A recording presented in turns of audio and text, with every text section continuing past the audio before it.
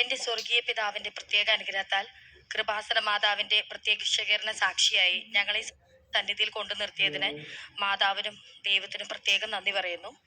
എൻ്റെ പേര് സ്റ്റെഫി. ഇതെൻ്റെ ഹസ്ബൻഡ് ജിയോ ജോയ്. ഞങ്ങൾ പെരുമ്പാവൂർ ആയത്തുപടി ഇടവകയിൽ നിന്നാണ് വരുന്നത്.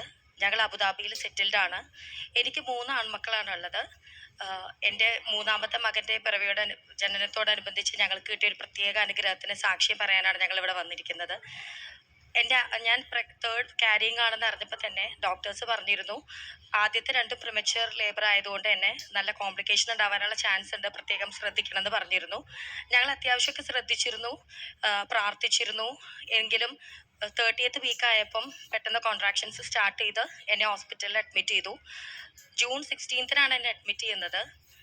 ഒരു ദിവസം മാക്സിമം ഡിലേ ചെയ്യാൻ പറ്റുമോ എന്ന് ഞങ്ങൾ ചോദിച്ചു നോക്കി. പക്ഷേ പെയിൻ കൂടിയതുകൊണ്ട് തന്നെ ജൂൺ 17 C-സെക്ഷൻ ചെയ്ത് എൻ്റെ മോനെ എടുക്കേണ്ടി വന്നു. ആദ്യത്തെ 2 പ്രിമച്വർ ആയതുകൊണ്ട് തന്നെ ഞങ്ങൾ മെൻ്റലി പ്രിപ്പയർഡ് ആയിരുന്നു. അത്ര ടെൻഷനൊന്നും ഉണ്ടായിരുന്നില്ല ഞങ്ങൾക്ക് ആദ്യത്തിൽ. പക്ഷെ അന്ന് വൈകിട്ടായപ്പോഴേക്കും ഡോക്ടർ ഹസ്ബൻഡിനെ വിളിച്ചിട്ട് പറഞ്ഞു, പ്രൈമറി അനാലിസിസിൽ നിങ്ങളുടെ മകന് ഏനൽ ഹോൾ കാണുന്നില്ല എന്ന് പറഞ്ഞു. അത് ഞങ്ങളെ സംബന്ധിച്ചിടത്തോളം ഞങ്ങൾ തകർന്നുപോയി. സത്യത്തിൽ ഞങ്ങൾക്ക് ജീവിതത്തിൽ അങ്ങനെ ഒരു വലിയൊരു പ്രതികൂല സാഹചര്യം നേരിടേണ്ട ഇതുവരെ വന്നിട്ടുണ്ടായിരുന്നില്ല. ഞങ്ങൾ 2 പേരും കൈ പിടിച്ച് കരഞ്ഞ് പ്രാർത്ഥിച്ചു. ഞങ്ങൾ പറഞ്ഞു, not by our merit but by your grace എന്ന് പറഞ്ഞാണ് പ്രാർത്ഥിച്ചുകൊണ്ടിരുന്നത്. ദൈവം അനുവദിക്കാതെ ഞങ്ങളുടെ ജീവിതത്തിൽ ഒന്നും സംഭവിക്കില്ല എന്ന് ഞങ്ങൾക്ക് അത്രയും വിശ്വാസമായിരുന്നു. ഞങ്ങൾ പ്രാർത്ഥിച്ചുകൊണ്ടിരിക്കുമ്പോൾ ഒരു 8 മണിയായി കാണും. അപ്പോൾ ഡോക്ടർ വിളിച്ചിട്ട് പറഞ്ഞു, നിങ്ങൾ ടെൻഷൻ ആവണ്ട, ഒരു ചെറിയൊരു സ്പോട്ട് കാണുന്നുണ്ട്, പക്ഷെ നമുക്ക് ഇപ്പോൾ ഒന്നും പറയാൻ പറ്റില്ല. നാളെ തിയേറ്ററിൽ കയറ്റി നമ്മൾ മെയിൻ അനാലിസിസ് കഴിഞ്ഞാൽ മാത്രമേ നമുക്ക് എന്തെങ്കിലും പ്രൊസീജിയർ എന്താണ് ചെയ്യേണ്ടതെന്ന് പറയാൻ പറ്റുള്ളൂ എന്നാണ് ഡോക്ടർ പറഞ്ഞത്. അപ്പം തന്നെ ഞാൻ എൻ്റെ ചേച്ചിയെ വിളിച്ചു പറഞ്ഞു. കാരണം എൻ്റെ ചേച്ചി ഇവിടെ വന്ന് ഉടമ്പടി എടുത്തിട്ടുള്ള ആളാണ്. അപ്പം ചേച്ചിയെ വിളിച്ചു പറഞ്ഞപ്പോൾ ചേച്ചി പറഞ്ഞു, ഒന്നുകൊണ്ട് പേടിക്കണ്ട. അപ്പോൾ എൻ്റെ പാരൻസ് അങ്ങോട്ടേക്ക് വന്നപ്പം മാതാവിൻ്റെ കാശുരൂപവും കൊടുത്തയച്ചിരുന്നു. ഞങ്ങൾ മാതാവിൻ്റെ കാശുരൂപം വാവയുടെ ഇൻക്യുബേറ്ററിൽ കൊണ്ടുവച്ചു. അവിടെ NICUവിലെ സ്റ്റാഫുകളെല്ലാം കൃപാസന മാതാവിൻ്റെ പ്രത്യേക ഭക്തിയും കൃപാവരവും ഉള്ളവരായിരുന്നു. ഞങ്ങൾ അബുദാബിയിലെ NMCയിലാണ് കാണിച്ചുകൊണ്ടിരുന്നത്.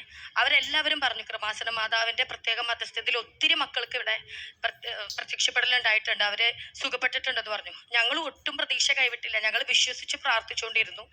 C-സെക്ഷൻ ആയിട്ടും പിറ്റേ ദിവസം ഞങ്ങൾ തിയേറ്ററിൻ്റെ മുന്നിൽ അവിടുത്തെ സ്റ്റാഫ് തന്ന ഒരു കൊന്തയും പിടിച്ച് തിയേറ്ററിൻ്റെ മുന്നിലായിട്ട് ഞങ്ങൾ 2 പേരും കരഞ്ഞ് പ്രാർത്ഥിച്ചുകൊണ്ടിരുന്നു.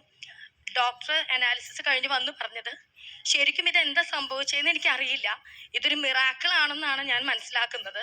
കാരണം തലേ ദിവസം ഏനൽ ഹോളില്ലാതിരുന്ന എൻ്റെ മകന് പിറ്റേന്ന് നോക്കിയപ്പം ഏനൽ ഹോളിലേക്ക് അടുത്ത് നിൽക്കുന്നതായിട്ടാണ് കാണപ്പെട്ടത്.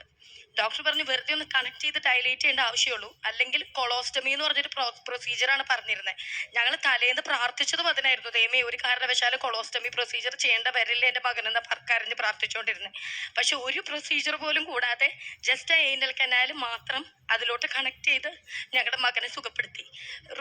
പ്രൊസീജിയർ റൂമിൽ നിന്ന് പുറത്തു വന്ന ഡോക്ടർ പറഞ്ഞത് 99% അല്ല 100% നിങ്ങളുടെ മകൻ പെർഫെക്റ്റ് ആണെന്ന് പറഞ്ഞത്. ഇതിനും വലിയൊരു സാക്ഷ്യം ഞങ്ങൾക്ക് ഇനി പറയാനില്ല. അത്ര വലിയ അത്ഭുതമാണ് കൃപാസന മാതാവ് ഞങ്ങൾക്ക് വേണ്ടി ചെയ്തു തന്നത്. ഞങ്ങൾ സഞ്ചാരി മാതാവ് നീ എവിടെയായിരുന്നാലും ഞങ്ങളുടെ മകനെ സുഖപ്പെടുത്തണേ എന്ന് പറഞ്ഞ് എന്തും ഞങ്ങൾ അവരുടെ ഇൻക്യുബേറ്ററിൽ ചെന്ന് പ്രാർത്ഥിച്ചുകൊണ്ടിരുന്നു. സത്യം പറഞ്ഞ വാക്കുകൾ പറയാനില്ല, അത്ര വലിയ അനുഗ്രഹമാണ് ഞങ്ങൾക്ക് തന്നിരിക്കുന്നത്. ഇതിനു മുന്നൊക്കെ പലതവണ പല സാക്ഷികൾ കേട്ടിട്ടുണ്ടെങ്കിലും എൻ്റെ ജീവിതത്തിൽ ഇങ്ങനെ ഒരു അനുഭവം വന്നപ്പോൾ ഇവിടെ വന്ന് സാക്ഷ്യം പറയാതെ ഞാൻ ആരോടും ഇത് പറയില്ല എന്ന്. സത്യത്തിൽ എൻ്റെ ഫാമിലിയിൽ ആർക്കും ഇതറിയില്ല. ഞാനിവിടെ ദൈവത്തിൻ്റെ മുന്നിൽ വന്ന് സാക്ഷ്യം പറയാതെ ഞാനിതൊരാളോടും വെളിപ്പെടുത്തില്ല എന്ന് പറഞ്ഞിരുന്നത്. ഇതുവഴിയായിട്ട് എന്നെ ഞങ്ങളുടെ ജീവിതത്തിൽ അനുഭവിച്ച അനുഗ്രഹം ലോകം അറിഞ്ഞാൽ മതി. ദൈവത്തിനും കൃപാസന മാതാവിനും പ്രത്യേകം നന്ദി പറയുന്നു. ഞങ്ങൾ പ്രേക്ഷിത പ്രവർത്തനത്തിന് ഞങ്ങൾ NICUവിലായതുകൊണ്ട് തന്നെ ഞങ്ങൾക്ക് ഓൺലൈൻ ഉടമ്പടിയാണ് ഞങ്ങൾ എടുത്തത്. സോഷ്യൽ മീഡിയയിൽ ഞങ്ങൾ ഷെയർ ചെയ്യുകയാണ് ചെയ്തുകൊണ്ടിരുന്നത്. പിന്നെ കഴിയാവുന്ന രീതിയിലെല്ലാം സാമ്പത്തികമായിട്ടും സഹായങ്ങൾ ചെയ്യുകയും കുർബാന കാണുകയാണ് ചെയ്തുകൊണ്ടിരുന്നത്. ഇനിയും മാതാവിൻ്റെ ഉടമ്പടിയിൽ നിലനിന്നുകൊണ്ട് ഒത്തിരി അധികം അനുഗ്രഹങ്ങൾ ഇവിടെ പ്രാർത്ഥിക്കുന്ന എല്ലാവർക്കും ലഭിക്കട്ടെ എന്ന് ഞാൻ പ്രാർത്ഥിക്കുന്നു. യേശു നന്ദി. യേശു ആത്മീയമായിട്ട് ഞങ്ങൾ എന്നും വിശുദ്ധ കുർബാനയും കുടുംബ പ്രാർത്ഥനയും എന്നും കണ്ട് സമർപ്പിക്കുകയാണ് ചെയ്യുന്നത്. ഉന്നതത്തിൽ നിന്ന് കൈനീട്ടി അവിടുന്ന് എന്നെ പിടിച്ചു, പെരുവെള്ളത്തിൽ നിന്നും അവിടുന്ന് എന്നെ പൊക്കിയെടുത്തു. സങ്കീർത്തനം 18:16.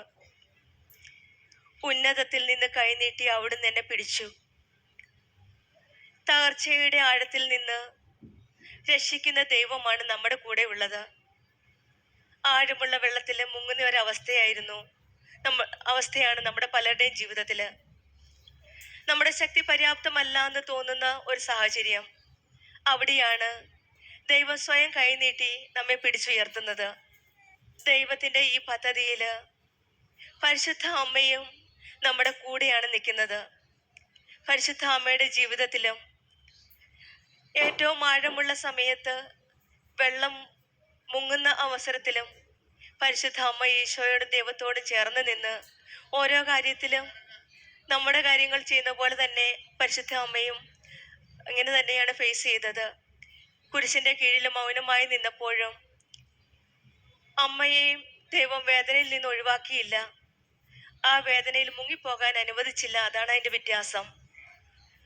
അമ്മ കണ്ടു പുനരുത്ഥാനം വഴി പുനരുത്ഥാനവും ദുഃഖത്തിൽ നിന്ന് പ്രത്യാശയും കുരിശിൽ നിന്ന് മഹത്വവുമാണ് പരിശുദ്ധ അമ്മ കണ്ടത്. നമ്മുടെ ജീവിതത്തിൽ നമുക്ക് മനസ്സിലാക്കാം, ഓരോ പ്രശ്നങ്ങളും ബുദ്ധിമുട്ടുകളും വരുമ്പോഴും ഉടമ്പടി ജീവിതത്തിൽ നമ്മളെ ചേർത്ത് നിർത്തുന്ന ഒരു ഈശോയും അമ്മയുമാണ് നമ്മുടെ കൂടെ ഉള്ളത്. അങ്ങനെ ഒരു സാക്ഷ്യമാണ് ജിയോ ജോയ് എന്ന മകനും കുടുംബവും ഇവിടെ സാക്ഷ്യപ്പെടുത്തുന്നത്. ഈ മകന് അനൽ ഹോളിന്റെ ബൈ ബർത്ത് ഇല്ലായിരുന്നു. പിന്നീട് കൊളോസ്റ്റോമി വരെ ചെയ്യണമെന്ന് പറഞ്ഞിരുന്നതാണ്. പക്ഷേ ഈശോയും അമ്മയും എത്രയും പെട്ടെന്നാണ് അവരുടെ ജീവിതത്തിൽ ഇടപെട്ടത്. ഉടമ്പടി എടുത്ത അന്നേരെ പരിശുദ്ധ അമ്മയും ഈശോയും ഡോക്ടർ പോലും അതിശയിച്ചു പോയി. അവർ ചെയ്തത് കനാൽ ഡയറക്റ്റ് ടുവേഴ്സ് അനൽ ഹോൾ ആയിരുന്നു. ജസ്റ്റ് ഒരു ഡയറക്ഷൻ കൊടുത്തു. ഇത് ഈശോയ്ക്കും അമ്മയ്ക്കും മാത്രം ചെയ്യാവുന്ന ഒരു കാര്യമാണ്. അവിടെ സഞ്ചാരി മാതാവ് പ്രവർത്തിച്ചു എന്നാണ് ഇവരുടെ വിശ്വാസം. 99% 100% പെർഫെക്റ്റ് ആയിട്ടാണ് ഈ മകനെ ഇവർക്ക് നൽകിയിരിക്കുന്നത്. ഉടമ്പടി വസ്തുക്കളായ കാശുരൂപവും തൈലവും ഒക്കെ ഉപയോഗിച്ചിരുന്നു. ഓൺലൈൻ ഉടമ്പടി അടുത്താണ് തുടങ്ങിയത്. പിന്നീട് ഇവര് തീർത്ഥാടന ഉടമ്പടിയിലെത്തി. ഉടമ്പടി ജീവിതം കൂടുതൽ ആഴത്തിൽ ജീവിക്കുവാനാണ് ഇവർ ആഗ്രഹിക്കുന്നത്. നമ്മുടെ ജീവിതത്തിൽ നമുക്ക് മനസ്സിലാക്കാം, എത്ര കഠിന ബുദ്ധിമുട്ടുകളായാലും നമ്മൾ ഈശോയുടെ അമ്മയുടെ സന്നിധിയിൽ വന്ന് നിയോഗങ്ങൾ സമർപ്പിച്ച് പ്രാർത്ഥിക്കുമ്പോൾ നമ്മൾക്ക് പേടിക്കേണ്ട ആവശ്യമില്ല. നമുക്ക് മനസ്സിലാക്കാം, ആഴമുള്ള വെള്ളങ്ങൾ ഉടമ്പടി ജീവിതത്തില് നമ്മുടെ വിശ്വാസത്തിന്റെ ഭാഗമാണ്. ദൈവം നമ്മെ ദൂരെ ഇരുന്ന് നോക്കുന്നില്ല, പക്ഷേ കൈപിടിച്ച് നയിക്കുന്ന ഒരു ദൈവമാണ്.